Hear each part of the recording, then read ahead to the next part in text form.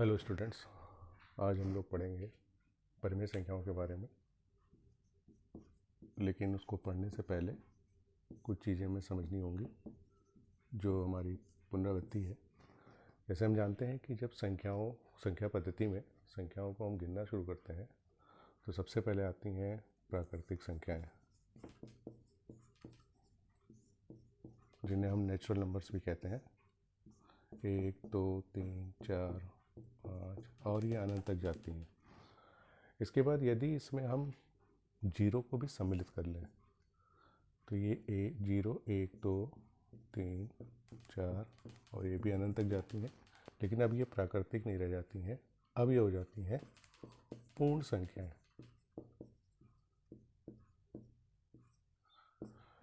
अब यहाँ पे जीरो को देख रहे हैं, जीरो गोल है और पूड़ी भी गोल होती है, तो हम कह सकते हैं पूड़ी से पूर्ण संख्या है। यानी कि जहाँ आपको जीरो मिल जाएगा संख्या में तो प्राकृतिक संख्याएं बन जाएंगी पूर्ण संख्याएं।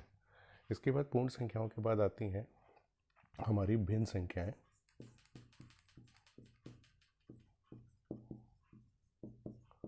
जो हम अंश व हर के रूप में लिखते हैं। जैसे 3/5 ये एक भिन्न संख्या होगी।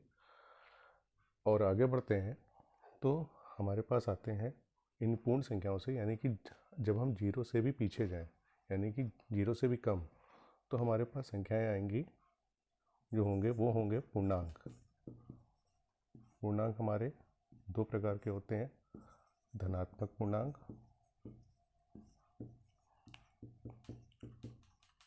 और ऋणात्मक पूर्णांक।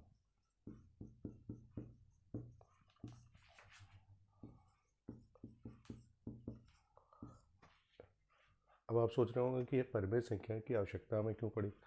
परिमेय संख्याओं की आवश्यकता हमें इसलिए पड़ी कि ऐसे समझिए कि मान लेते हैं ये हमारा समुद्र है और इस समुद्र तल से कोई वायुयान उड़ रहा है, उसकी ऊंचाई जो है 700 मीटर है। अब 700 मीटर है यानी कि इसको हम कह सकते हैं 700/1000 किलोमीटर, और ये हो जाएगा हमारा, अगर ध्यान से करें तो 7/10 किलोमीटर। अब इसी दूरी को हम अगर मान लो ले लें 400 मीटर, तो ये हो जाएगा हमारा 400/1000 और 0, 0, 0 कट गया, 2, 4 बचा 2/5 किलोमीटर। तो ये जो हमारा 2/5 किलोमीटर है, ये अभी देखने में तो आपको साधारण सा भिन्न लग रहा है, लेकिन यहाँ पर ऊंचाई की बात हो रही थी। अब अगर मैं बात करूँ कि इस समुद्र से इसकी ऊंचाई तो इतनी है, और समुद्र की गहराई अगर मैं कह दूँ कि समुद्र की गहराई जो है 400 मीटर है, तब क्या करेंगे? तब भी क्या 2/5 लिखेंगे? नहीं, क्योंकि ये 2/5 तो ऊंचाई के केस में आ गया। लेकिन जब हम गहराई की बात करेंगे तो यही 2/5 हमारा हो जाएगा -2/5।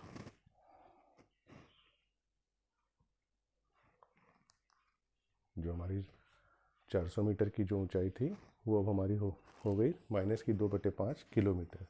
तो ये हमारा जो यहाँ पर संख्या आपको दिख रही है माइनस में, ये हमारा भिन्न नहीं होगा क्योंकि ये ऋणात्मक है। अब हम अगर आगे बढ़ें तो कुछ उदाहरण से समझते हैं कि अभी परिमेय संख्याओं की जो ज़रूरत हमें पड़ रही है वो इसी चीज़ को डिफाइन करने के लिए पड़ रही है, वरना हमारे पास भिन्न तक तो अंश और हर में संख्याएं मौजूद थी, और भिन्न हमारा कभी भी ऋणात्मक नहीं हो सकता है। ये भी मैं आगे डिटेल में बताऊंगा। यहाँ पे बढ़ते हैं, एक उदाहरण लेते हैं। मान लेते हैं x तथा y दो पूर्णांक हैं। x तथा y दो पूर्णांक हैं और हम x को भाग करें y से तो यहाँ पे जो मान आएगा वो z का मान होगा। हम मान लेते हैं x बटे y जो है वो हमें दे रहा है z। अब इनके हम अलग अलग मान ले लें, x का मान कुछ ले लें, y का मान कुछ ले लें। मान लिया हमने x का मान लिया -10 और इसको भाग किया 5 से, तो ये हमें देगा माइनस का 2। 5 दूनी 10 और माइनस है तो माइनस में आ जाएगा। इसी प्रकार से अगर हम ले लें माइनस का 14, इसको भाग करें हम 2 से तो आएगा माइनस का 7। यहाँ पर -2 आया, यहाँ पर -7 आया। और एक 2-3 उदाहरण लेते हैं।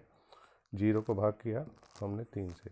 अब 0 को किसी भी संख्या से भाग करते हैं तो हमेशा 0 ही प्राप्त होता है, तो यहाँ पर 0 ही प्राप्त हुआ।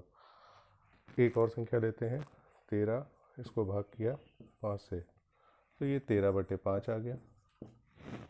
अब अगर हम ले लें -13, इसको भाग करें मान लें 7 से, तो ये आएगा -13/7। फिर एक संख्या और ले लेते हैं -13 भाग करें -3 से। अब देखें तो क्या आएगा, ये जो हमारे पास मान निकल के आ रहे हैं ये आया हमारा -13 और -3। अब यहाँ जो बात आपको ध्यान देनी है वो ये देखिए कि ये जो -2 है ये एक पूर्णांक है, ऋण पूर्णांक है। ये भी एक ऋण पूर्णांक है। 0 भी एक पूर्णांक है। 0 ना तो धन पूर्णांक है ना तो ऋण पूर्णांक है। और ये जो 13/5 है ये पूर्णांक तो नहीं है, लेकिन ये क्या है, ये एक भिन्न है। ये हमारा एक भिन्न है। अब आगे आते हैं, यहाँ पर आ गया -13/7। ये ना तो ये पूर्णांक ना तो पूर्णांक है और ना ही ये भिन्न है। इसी प्रकार से अगर इसको भी देखें तो ये भी ना पूर्णांक है ना भिन्न है। तो वह ऐसी संख्या है जो ना पूर्णांक हो, ना ऋणात्मक पूर्णांक हो, ना धनात्मक पूर्णांक हो और ना ही भिन्न हो, तो उनको हम क्या कहेंगे? तो उन्हीं के लिए हमें जो आवश्यकता पड़ी संख्या पद्धति में तो परिमेय संख्याएं। अब परिमेय संख्याओं की बात करें तो हम देखते हैं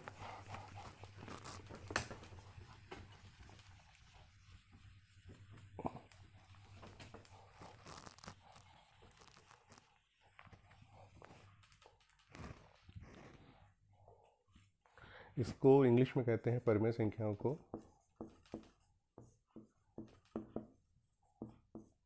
रेशनल नंबर्स।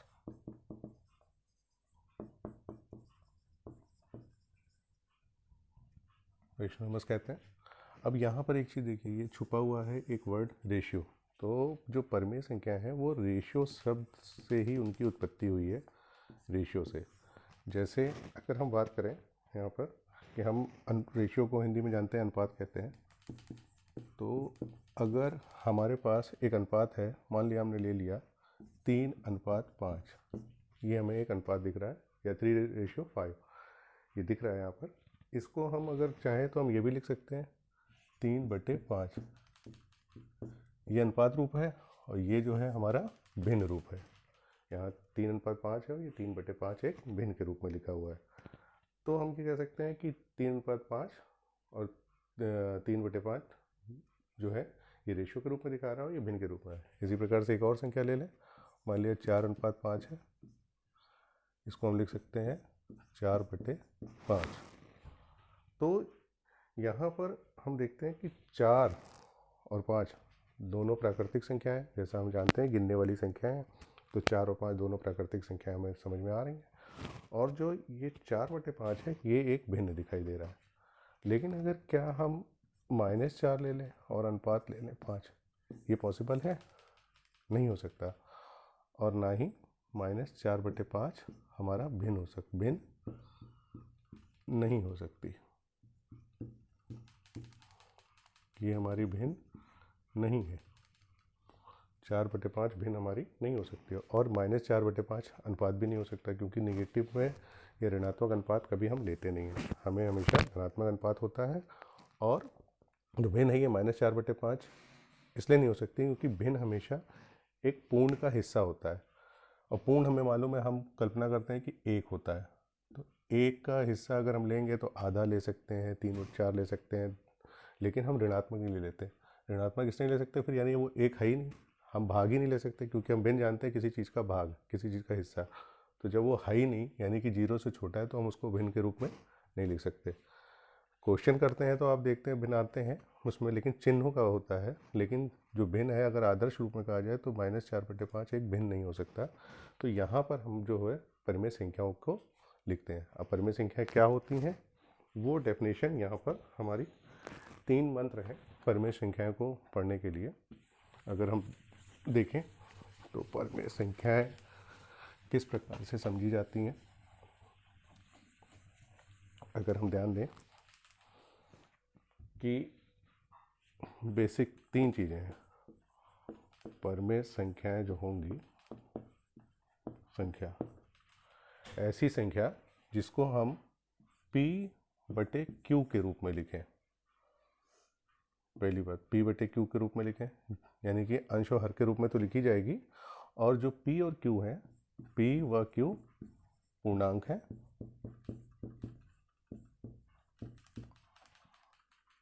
तथा Q जो है, यानी कि जो हर में संख्या लिखी है, Q कभी भी आपका 0 ना हो, यानी कि जो हर में है, हर का मान कभी शून्य ना हो।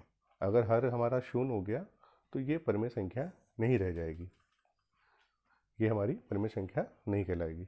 तो हमें ये चीज़ रखनी है कि पूर्णांक हो, P और Q कुछ भी हो सकते हैं, वो ऋणात्मक पूर्णांक हो चाहे धनात्मक पूर्णांक हो, लेकिन जरूर P और Q पूर्णांक हो, और नीचे की जो हमारी हर में संख्या है वो कभी शून्य ना हो।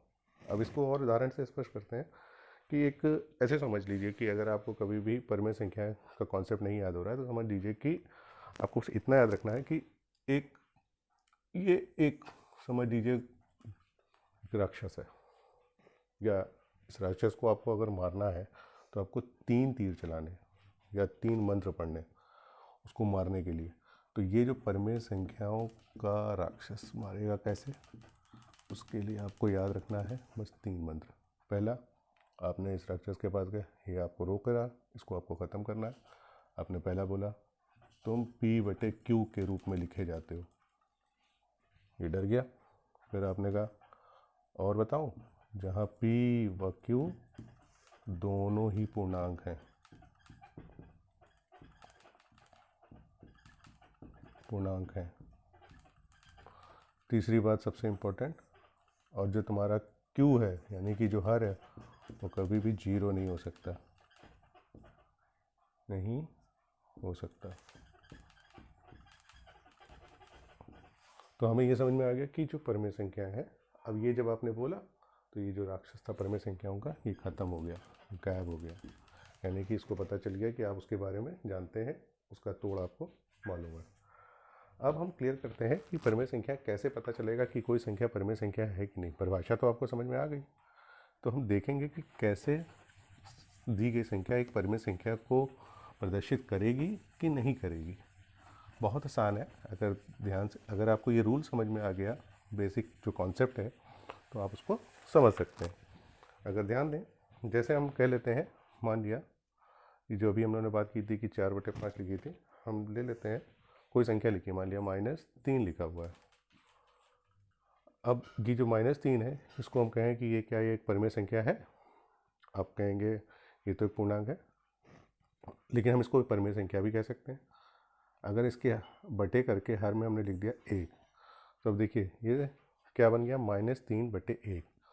ऊपर इसमें P की जगह पे क्या है, -3, और Q की जगह पे क्या है, 1। तो अगर हम देखें ध्यान से, तो क्या है, P की जगह पे -3 और Q की जगह पे 1। तो P और Q दोनों दिए हुए हैं, तो हम यहाँ ये रूल को क्वालिफाई कर रहे हैं, यानी कि बता रहे हैं कि दोनों पूर्णांक हैं, ये ऋणात्मक पूर्णांक है, धनात्मक पूर्णांक है, और जो Q का मान है वो 0 नहीं है। तो हमें ये समझ में आ गया कि -3 एक परिमेय संख्या है। इसी प्रकार से कोई भी संख्या ले लें, कोई भी पूर्णांक ले लें, हम मान लिया हमने ले लिया 8 ले लिया, तो 8 के नीचे 0 तो रख नहीं सकते, 0 हो जाएगा। हमने इसके नीचे 1 लिख सकते हैं, 1 से किसी भी संख्या को भाग करेंगे तो वही संख्या प्राप्त होती है। तो 8/1 है, ये P हो गया, ये Q हो गया, और नीचे जो q है वो हमारा 0 नहीं है, q is not equals to 0। तो ये जो हमारी होगी 8 एक परिमेय संख्या होगी। यानी कि अगर हम कह सकते हैं कि कोई भी पूर्णांक ले लें, चाहे वो ऋणात्मक पूर्णांक हो चाहे धनात्मक पूर्णांक हो, सभी हमारी सारे पूर्णांक क्या होते हैं, परिमेय संख्याएं होते हैं। पूर्णांक, सभी पूर्णांक परिमेय संख्याएं होते हैं, सारे पूर्णांक परिमेय संख्याएं होते हैं। ये बात क्लियर हो गई। अब इसी में आगे बढ़ते हैं। अगर हम ध्यान दें, हमें ये पता चल गया कि जितने भी पूर्णांक सब परिमेय संख्याएं हो गए। अब अगर हम बात करें, जैसा कि मैंने शुरुआत में भिन्न के केस में बताया था,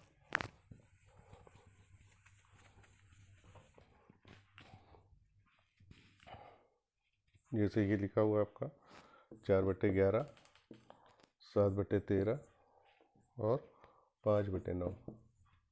ये क्या है, ये भिन्न है, देख के ही पता चल रहा है भिन्न है।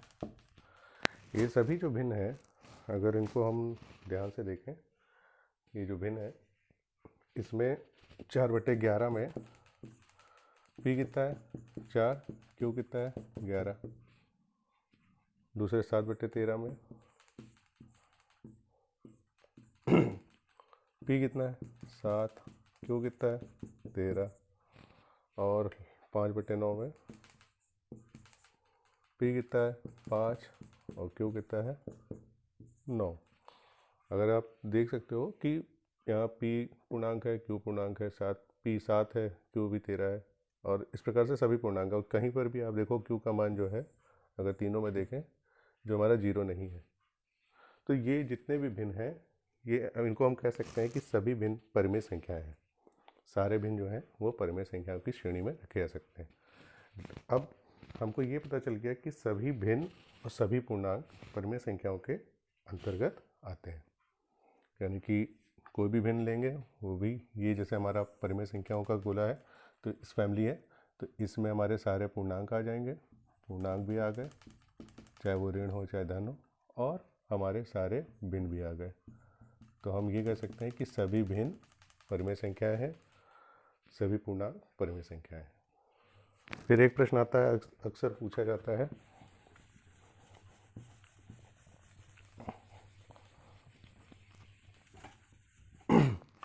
अगर ध्यान दें, एक अक्सर पूछा जाता है कि क्या शून्य एक परिमेय संख्या है, बताइए। आप देख सकते हैं शून्य को अगर हमें परिमेय संख्या दिखाना है तो हम क्या करें, इसको बटे में हम लिख दें 1, यानी 1 से शून्य को भाग करेंगे तो 0 ही आएगा, यानी शून्य आएगा। अब यहाँ पर p हो गया 0, q हो गया हमारा 1। तो p एक पूर्णांक है, 0 एक पूर्णांक है, हमें मालूम है, और q भी एक बराबर 1, 1 भी एक पूर्णांक है। तो हम कह सकते हैं p और q के रूप में लिखी हुई है, q 0 नहीं है। तो ये जो संख्या है शून्य एक परिमेय संख्या होगी। 0 इज़ अ रेशनल नंबर, परिमेय संख्या होगी। ये आपको क्लियर हो गया। कुछ और छोटी सी चीज़ें हैं जिनको बाद में अगले वीडियो में बताऊंगा। तो हमने ये समझ लिया कि एक बार फिर से रिवाइज कर देते हैं कि परिमेय संख्याओं की आवश्यकता इसलिए पड़ी क्योंकि भिन्न को हम ऋणात्मक रूप में नहीं लिख सकते। भिन्न एक किसी चीज़ का भाग होता है, हिस्सा होता है, और हिस्सा जब 1 से कम कर देंगे तो वो ऋणात्मक रूप में चला जाएगा, फिर वो भिन्न नहीं रह जाएगा। इसीलिए हम लोग परिमेय संख्याओं पे आते हैं, और परिमेय संख्या हमेशा p/q के रूप में लिखी जाती हैं, जहाँ p और q पूर्णांक होंगे, चाहे वो धनात्मक पूर्णांक हो चाहे वो ऋणात्मक पूर्णांक हो, और p व q पूर्णांक और q जो है उसकी वैल्यू कभी 0 ना हो। तो ये बेसिक 3 चीज़ें हैं जो आपको मुख्यतः याद रखनी है, वही 3 मंत्र आपको याद रखने हैं, जो परिमेय संख्याओं को हमेशा आपको कहीं पर भी चेक करना हो या कुछ भी, आप बता सकते हैं कि दी गई पर्टिकुलर संख्या परिमेय संख्या होगी कि नहीं होगी। Thank you.